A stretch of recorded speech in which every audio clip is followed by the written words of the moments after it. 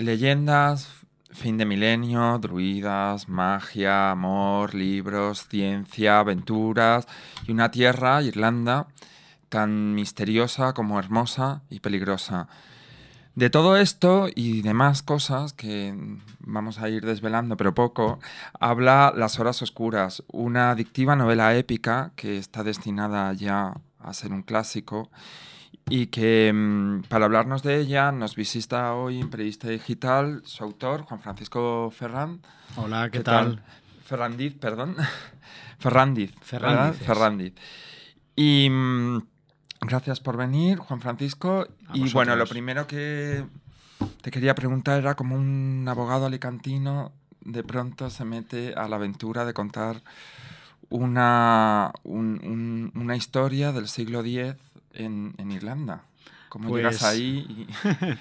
sí, hay muchos elementos. El hecho de escribir en sí, sin entrar en ninguna materia, es la necesidad de equilibrar la mente, ¿no? Después de pasar tantas horas a la semana en materias áridas, ¿no? Como las jurídicas, la necesidad de imaginar, ¿no? De hecho, esta novela es imaginación, es básicamente imaginación aunada a un poco de, lógicamente, de documentación y de historia.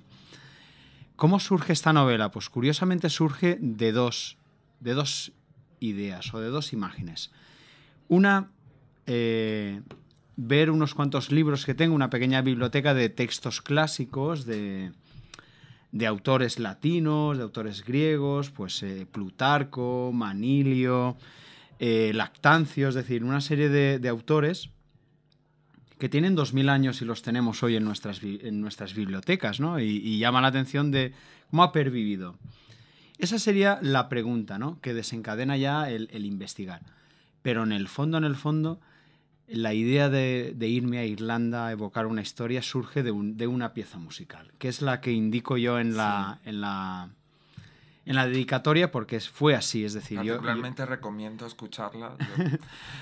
yo La escuché mientras leía el libro. escuché esa pieza y yo veía un acantilado, veía a un monje, veía su hábito batiéndose en el viento, veía una figura blanca que era una mujer, todo era muy difuso, ¿no? Realmente no habían rostros definidos, no habían...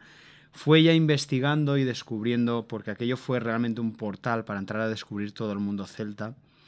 Y fue cuando llegué a Irlanda y vi aquellos colores y tal, cuando pues, sus ojos se convirtieron en verdes, otros en azules, sus rostros adquirieron matices y ya se empieza a recrear una historia que es imaginación, ¿no? Y es evocación de un mundo fascinante. O sea, parte de una imagen, escuchas una canción, parte de una imagen y no conocías nada de ese mundo antes o más de oídas. Yo no conocía más de lo que pueda conocer cualquier persona sobre los druidas y siempre nos aparecen como seres a medio camino entre la magia y la realidad, gente solitaria que están en los bosques. Es que parecen como hippies de la época. Sí, ¿no? Están así, un rollo. o los vemos como Gandalf del Señor de los Anillos, ¿no? Es decir, y no es así.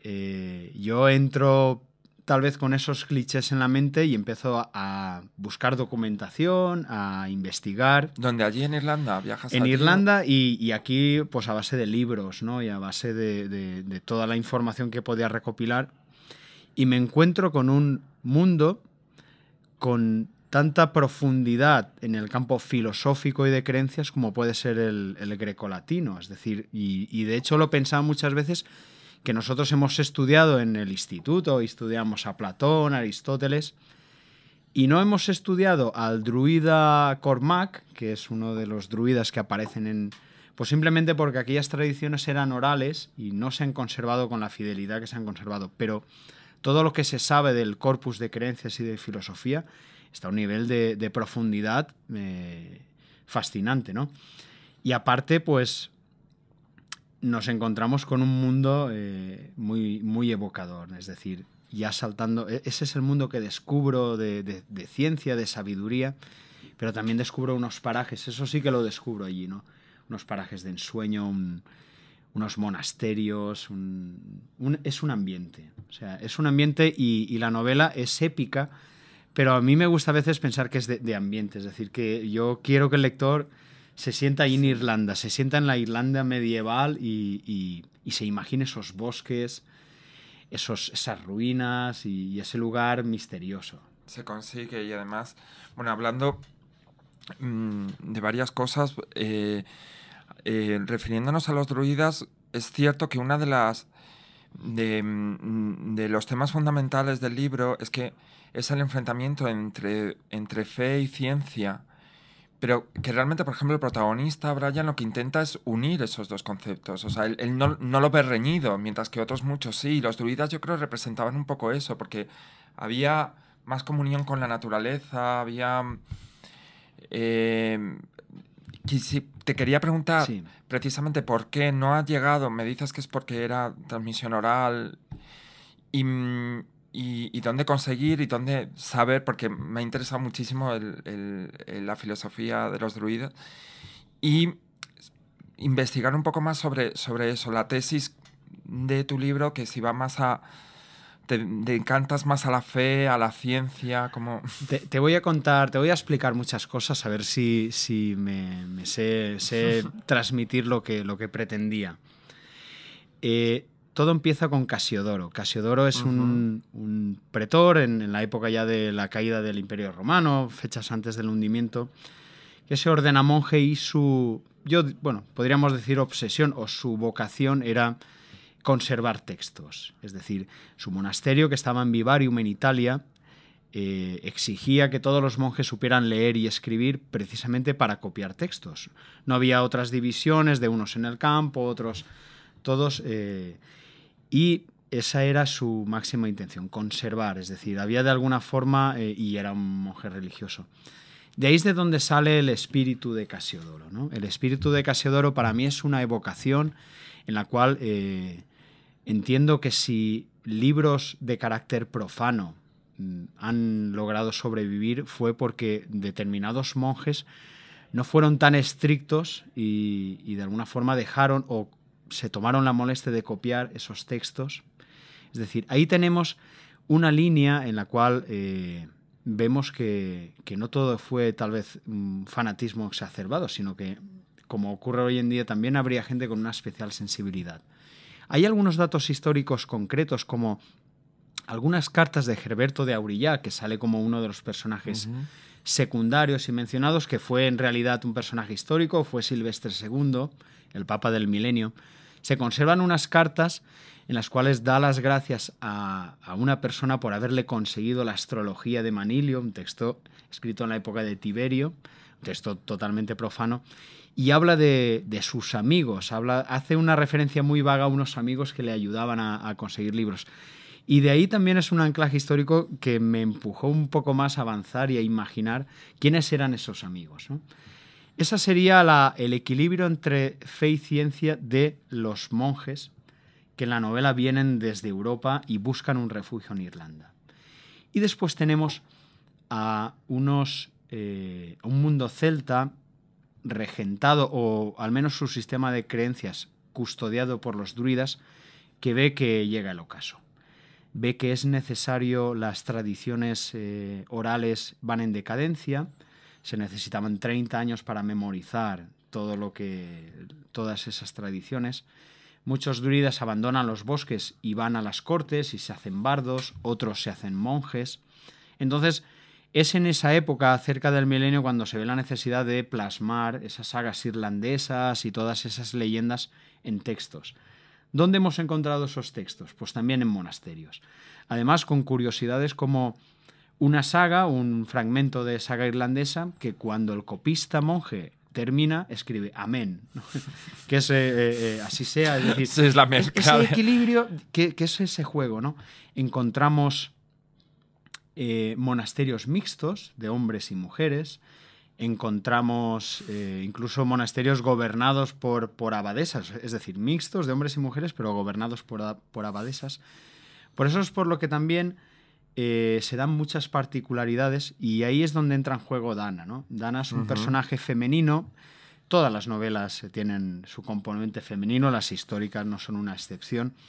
Pero yo sí que aseguro que si hay que no, en este caso, por lo menos en mi caso, no es un mero recurso literario por equilibrar los géneros, sino si hubo un lugar en Europa y en esa época en la que podía haberse dado una mujer que conviviera con monjes, que tomara sus propias decisiones, que viajara hasta otro monasterio a entrevistarse con un abad y fuera recibida, es Irlanda. Y es por Es en ese Irlanda en esa equilibrio. época, claro, porque en Dana lo que más sorprende es precisamente cuando uno se imagina esa época es de un machismo brutal, de que las mujeres no podían decir nada. Y realmente, sí, su historia, la historia de ese personaje es brutal, yo casi lloro, pero sí que es cierto que es la más rebelde, quizá, es Sí. la que más lucha por una independencia, por... Y me dices que es posible, o sea, yo cuando lo leía pensaba, digo, bueno, aquí puede que haya una licencia de hacer un personaje cercano a la actualidad. Me dices que en esa época sí, sí era posible en Irlanda, además. Yo estoy convencido de que sí. Obviamente, y en la novela se ve ya el sistema patriarcal pues imperaba, ¿no? Y de hecho, pues ella se ve un poco sometida, pero todas las sagas irlandesas, en la forma en la que, por ejemplo, un rey y una reina discuten entre ellos en un tono de igualdad total, hasta incluso retador, determinados detalles, como por ejemplo la existencia de esos monasterios mixtos, de esas abadesas que eran líderes espirituales. Te cuento más.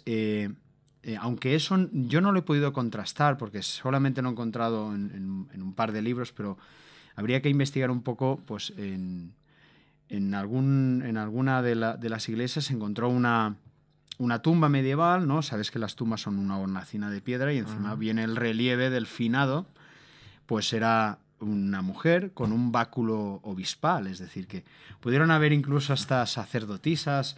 La iglesia de Iona fue muy independiente de la iglesia romana, ¿no? Entonces, bueno, pues allí estaban permitidas por la influencia de la cultura celta determinadas cosas que en Roma sorprendían y después, lógicamente, la balanza se fue inclinando ya y fue un periodo, ¿no? Pero yo creo, sinceramente, que en este caso el carisma de Dana y sus decisiones no son no es un anacronismo,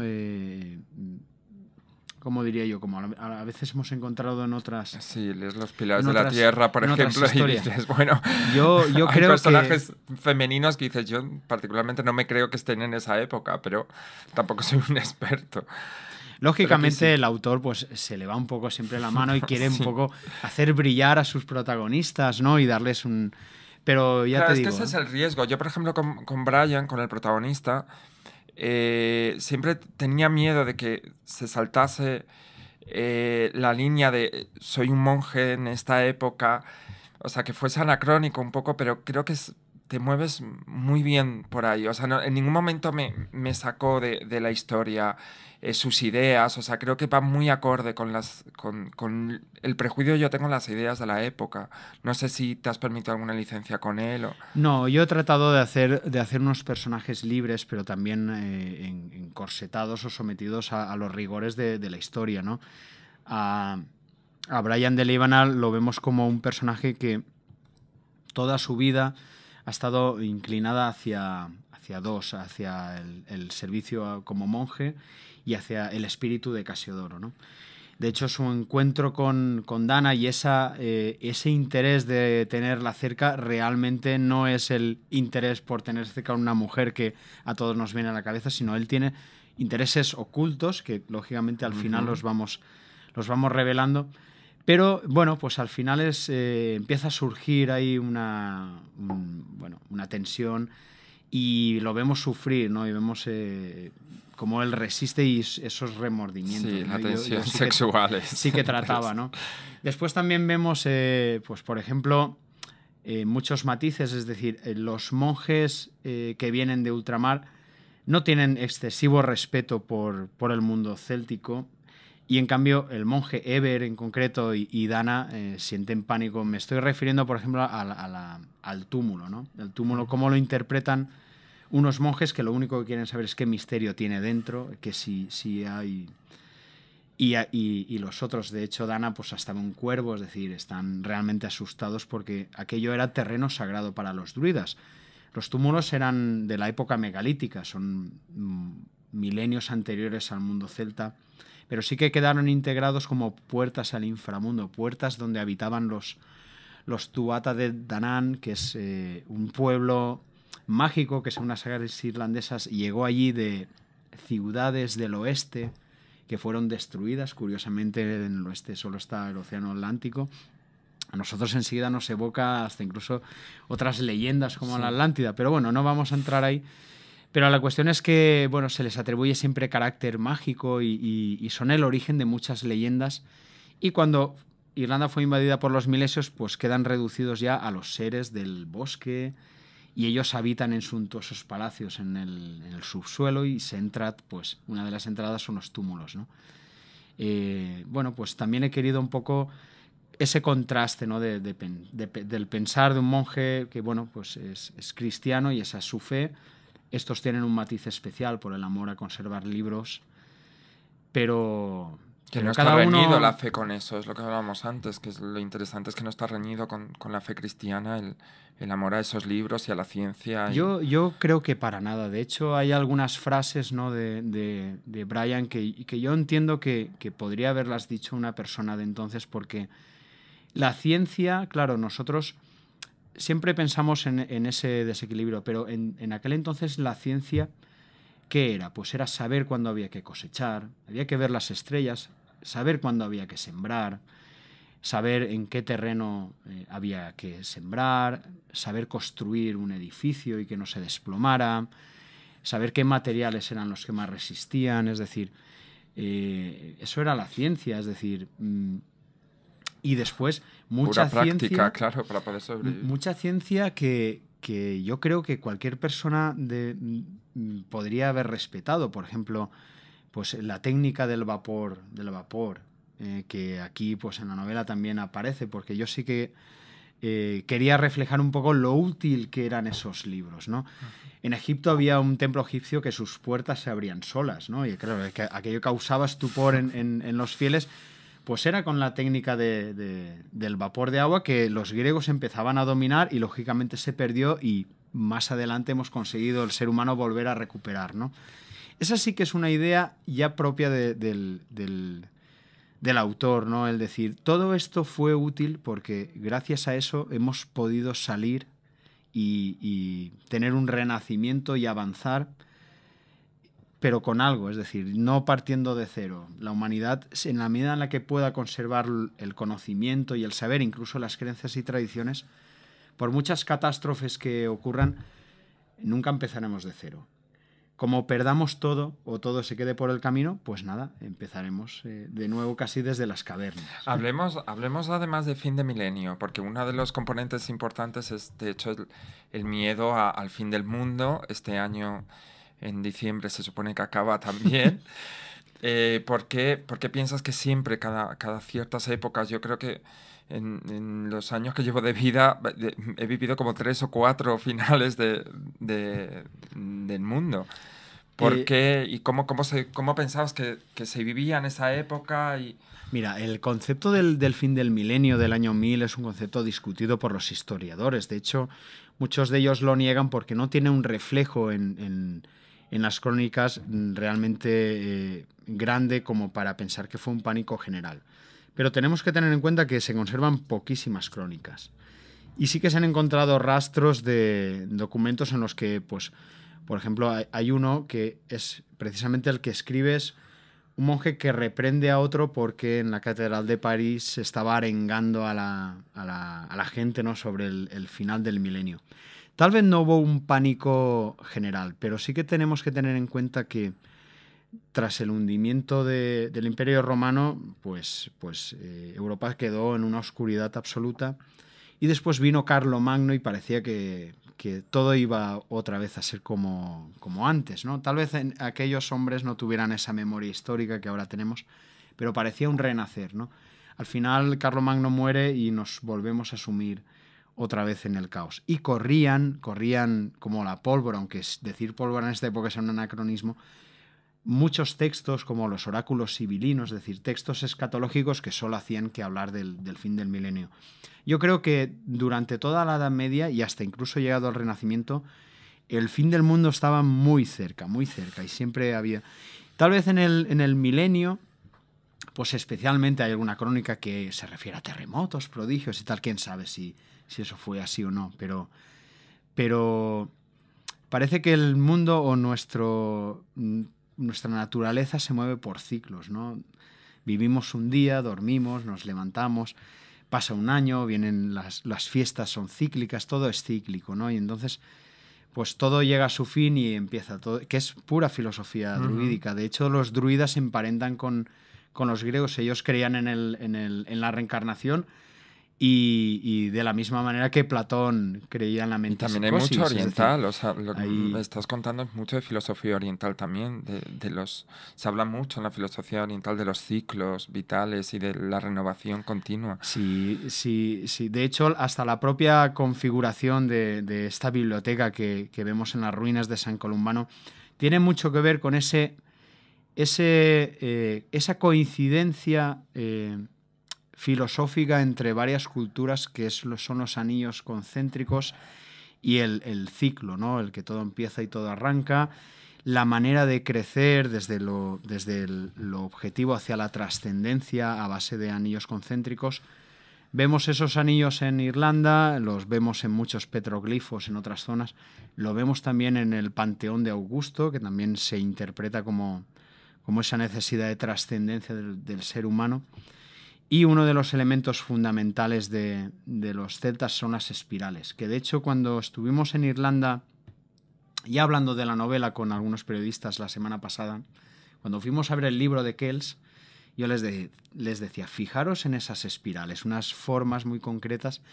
Les decía, mañana las veremos en el túmulo, es decir, lo que hoy estáis viendo pintado por un monje hace 1200 años, un monje ya cristiano, lo veréis grabado en piedra, pues no sabemos si ya desde la cultura megalítica o por los celtas, pero vemos ese puente y hay muchas coincidencias culturales. Es un tema que también es muy interesante. Yo, pues en la novela sí que he tratado, pues eso, de que veamos coincidencias, de que veamos muchas relaciones y que descubramos todo un mundo. Sí, hay además en la novela, ya terminando, que lo hablábamos antes, en la novela, bueno, he de decir que es muy trepidante, parece un guión casi de serie por cómo está construido y cuentas muchísimas tramas a la vez que luego se van uniendo, pero se nota mucho trabajo en construcción narrativa. Y hay un detalle que te quiero preguntar, ¿qué son exactamente los Strigoi, ¿no? Sí, que Sí. antes lo hablábamos, se pronuncia Mira, Strigoi. Vale. Esa pregunta es muy interesante. Vamos a ver, los personajes tienen un aire siniestro porque es uno de los giros de esta novela que a lo mejor se diferencia de otras del estilo histórico, porque yo soy muy amante de la novela gótica. Entonces, el Strigoi, que se equivale a diablo, a vampiro, aunque el personaje de la novela es real, no es una novela de vampiros, ni mucho menos, aparece como un grupo en la novela de Bram Stoker. Los escolomantes, en la novela de Bram Stoker, los relaciona con Drácula, ¿no? Muy bien. Yo ahí quise indagar un poco más, ¿no? Y me encontré, además me costó mucho encontrar un ensayo de un historiador rumano que ha dado clases en la Universidad de París, es decir, es un ensayo grueso de muchas hojas en la que trata de contextualizar la novela de Bram Stoker, tanto desde el punto de vista histórico como legendario y tal. Y hace una mención concreta de los escolomantes como que Bram Stoker lo tomó de una escritora que se llamaba Emily, que estaba casada con un militar del Imperio Austrohúngaro y se tuvieron que instalar en el lago que yo mencioné en la novela, que está por la zona de Transilvania. Y esta mujer recopiló una serie de leyendas de allí y había una que hablaba de un grupo de discípulos que, bueno, eran discípulos del diablo, concretamente 10, y aprendían a manejar los fenómenos de la naturaleza y tal, y concretamente a provocar tormentas, y cuando acababa la instrucción el diablo en pago se quedaba uno de ellos. Es una leyenda asociada a las tormentas, es decir, podríamos, por hacer un paralelismo, pues como leyendas que tenemos aquí de duendes, ¿no? Que desaparece algo en casa y son los duendes. allí las tormentas las provocaban los escolomantes, ¿no? Los discípulos del diablo. Es decir, que, bueno, así como muchas partes de la novela tienen una base real, esta tiene una base legendaria, pero no es una invención mía, ni mucho menos, ni siquiera de Bram Stoker, sino que se remonta hacia una leyenda muy antigua de aquella zona. Es lo que a mí me ha permitido ese juego gótico, que bueno, que creo que también es un contrapunto. Para mí es la némesis del propio Brian de Liébana, ¿no? Bueno, hay varios némesis de él, porque tiene varios frentes abiertos, el pobre hombre. Sí, la historia tiene... Los personajes persiguen unos objetivos generales o grandiosos, ¿no? Como preservar culturas y tal, pero también cada uno tiene su propia historia, ¿no? Y arrastra sus propios dolores y trata también de buscarse un hueco y de encontrar su destino, y unos se engarzan con otros. Y yo al final toda esta amalgama la veo como un nudo celta, ¿no? Que la primera visión de un nudo celta es un laberinto, casi un caos, pero tú obsérvalo bien y verás cómo todos los trazos tienen un perfecto orden, unos pasan por encima de otros. Y hay un orden dentro de ese caos aparente. Sí, eso se ve en la novela, que hay, o sea, que aunque no en ningún momento es caótico, pero sí que es verdad que como se cuentan muchas cosas, hemos dicho ya toda la cantidad de frentes abiertos que tienen los protagonistas, la cantidad de subtramas que hay, pero es cierto que luego parece que va yendo a un punto lógico y muy atado todo. Y nada, pues a leerlo todo el mundo. Yo he tratado de que la gente disfrute. Yo he disfrutado mucho escribiéndolo. ¿Cuánto has tardado en escribirlo? Pues realmente escribiéndolo 1 año. Y además un poco, pues cuando podía, robándole horas al sueño, porque yo me dedico a otras cosas, pero bueno. Pero sí que pienso mucho, tengo muchos momentos para pensar en el coche y tal, entonces cuando escribo ya me dedico a plasmar. Y del momento de escucho la canción, veo la imagen... No, ahí pasó más tiempo, ahí pasaron unos 2 años, ¿no? Porque también hubo una labor de documentación, más que de documentarme, de obtener la documentación, de conseguir libros difícil, ¿no? Por correo, porque bueno... Es que también hay libros publicados, irte a Irlanda a contar la historia... Sí, es decir, yo vi que era el lugar, ¿no? Vi que era el lugar... Por eso, porque allí fue un rebalso donde se pudieron conservar muchos textos, pero realmente cuando llegué allí y me cogí un coche conduciendo por la izquierda, llegué a los acantilados de Moher, que son los que aparecen en la parte interna de la tapa, dije, este es el lugar. Yo cuando la escribía, y lo digo sinceramente, ni pensaba publicarla, ni que tendría esta novela la oportunidad de salir. Tal vez por eso fui tan osado de no ponerme límites, ni buscar lo que ahora más me está costando, que es todo el mundo me pregunta, oye, ¿por qué te has ido a Irlanda? ¿No? Te hubieras podido quedar en Liébana y realmente hubiera sido, creo que, más fácil, pero yo no lo sé, yo quería imaginar. Es muy valiente y... Yo he visto la película, es decir, yo en mi mente todos son imágenes. Es que tiene una estructura muy de guión. Yo he tratado de plasmar en escrito... A la hora de adaptar esta novela, si se adaptase... Creo que es muy fácil de adaptar porque es muy visual. Entonces sí. Apenas hay pensamientos de los personajes o algo excesivamente sutil de ellos, sino que todo se mueve mucho por acciones y eso hace que tenga bastante ritmo. Pues es que Irlanda es visual. Claro. También tiene su profundidad, pero ir allí y ver el color de ese verde, el contraste, las rocas, las ruinas que te encuentras a cada paso. Y por paso. último ya... ¿Cómo llegas a que te lo publiquen? Tú dices, ¿ya habías publicado una novela antes? Sí, en valenciano, en una editorial muy pequeñita, de ámbito local. Que, pero bueno, aquí pues, Grijalbo está apostando por todo lo alto. Yo soy el primer sorprendido, ¿eh? Y además puedo decir que soy pues ese sueño de tanta gente que escribe que tan difícil vemos que se cumpla. Y aquí se cumplió. Yo realmente fue cuando la terminé, cuando dije, bueno, pues voy a tratar de presentarla a algún sitio, ¿no? Entonces, pues buscando pues en internet, pues yo conocía novelas de Grijalbo, lógicamente, como todos, pero sabía que estaba alineada con la novela histórica, es decir, que tienen novelas de este tipo. Y vi en internet, como te decía, pues que ponían que apostaban por nuevos valores y tal. Oye, me animé a mandarla con una cartilla de presentación, pero con la idea de, descartado, pasado un tiempo, pues otra editorial, bueno, pues hasta que me cansara, ¿no? Pasaron 3 meses, yo de hecho ya me vino a la cabeza volviendo a escuchar la canción, curiosamente, porque la puse en el coche, el CD, y salió. Dije, uy, ¿cuánto tiempo? Uy, tendré que volver a imprimirla y presentarla a otro sitio, y la pereza esa que da, ¿no? Sí. Siempre ese tipo de cosas de ir a llevarla a correos y tal.